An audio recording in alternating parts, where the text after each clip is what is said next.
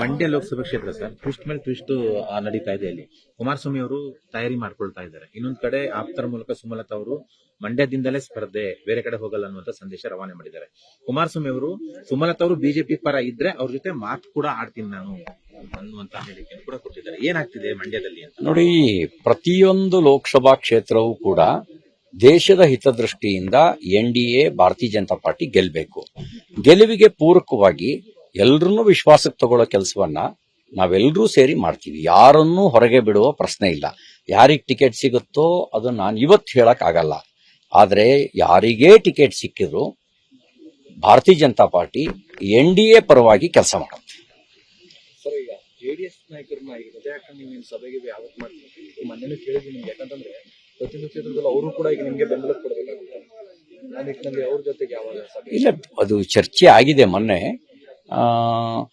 ರಾಜ್ಯ ಮಟ್ಟದಲ್ಲಿ ಒಂದ್ಸರಿ ಜೆಡಿಎಸ್ ಪ್ರಮುಖರ ಜೊತೆ ಸಮಾಲೋಚನೆ ನಡೆಸೋದು, ಅದರ ನಂತರ ವಿವಿಧ ಜಿಲ್ಲೆಗಳಲ್ಲೂ ಕೂಡ ಸಮಾಲೋಚನಾ ಸಭೆಗಳನ್ನು ಮಾಡಬೇಕು ಅನ್ನೋದು ಚರ್ಚೆ ಆಗಿದೆ.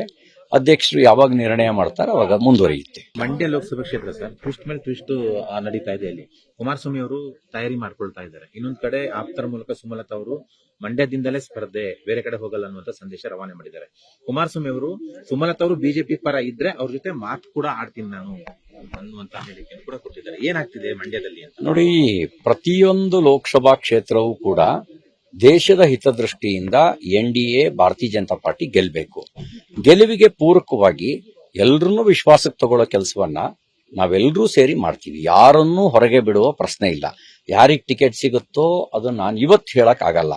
ಆದ್ರೆ ಯಾರಿಗೇ ಟಿಕೆಟ್ ಸಿಕ್ಕಿದ್ರು ಭಾರತೀಯ ಜನತಾ ಪಾರ್ಟಿ ಎನ್ಡಿಎ ಪರವಾಗಿ ಕೆಲಸ ಮಾಡುತ್ತೆ.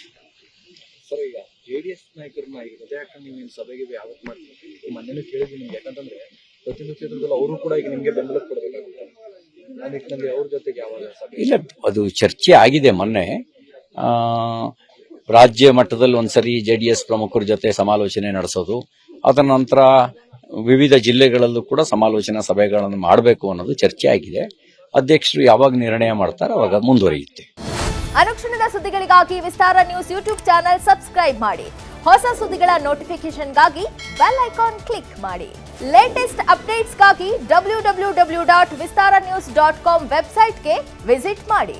ಅಂಗೈಯಲ್ಲೇ ಜಗತ್ತಿನ ಸುದ್ದಿ ತಿಳಿಯಲು ವಿಸ್ತಾರ ನ್ಯೂಸ್ ಕನ್ನಡ ಆಪ್ ಡೌನ್ಲೋಡ್ ಮಾಡಿ.